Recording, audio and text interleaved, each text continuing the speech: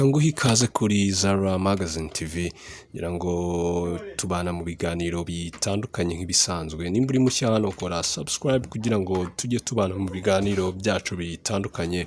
Ikindi kandi nimba usanzwe ukurikirana ibiganiro byacu kora like na comment ubundi tujye tubana umunsi ku munsi. Nge ndiremera Gahita nk'ibisanzwe.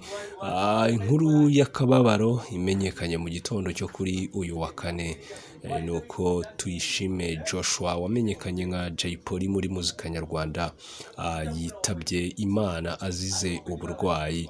Ngira ngo amakuru yo kwitaba Imana k'uyu muhanzi yamenyekanye muri iki gitondo.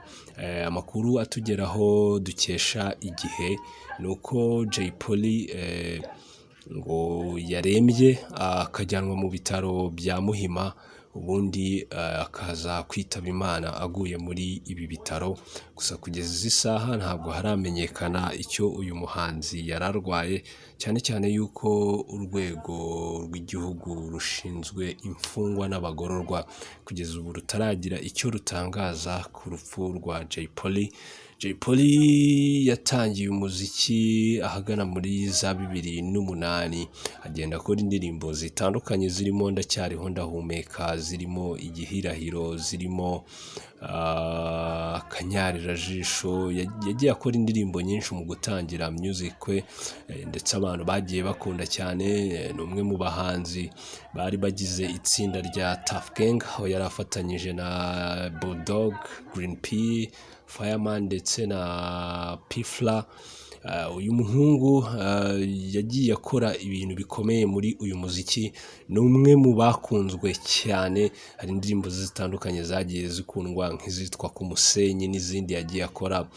Jay Polly yatwaye Guma Guma. Ni umwe mu bahanzi begukanye irushanwa rya Primus Guma Guma Superstar. Ibigwi bya Jay Polly muri muzika nyarwanda ni ibigwi bihambaye. Ni umuhanzi wakunzwe ku buryo bukomeye. Ni umwe mu bahanzi bafashe injyana ya hip hop bayishyira ku rundi rwego, ariko nyine igihe cyari iki ngo nawe arangize urugendo rwe ku isi ubundi Imana imwakire mu bayo.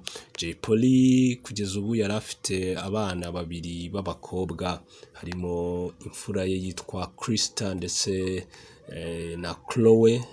Ngira ngo ni abana 2 b'abakobwa ariko yabyaye ku bagore batandukanye. Jay Polly yitabye Imana afite imyaka 33 y'amavuko. Uyu muhungu wavukiye mu karere ka Kicukiro nuko nyine asoje urugendo rwe.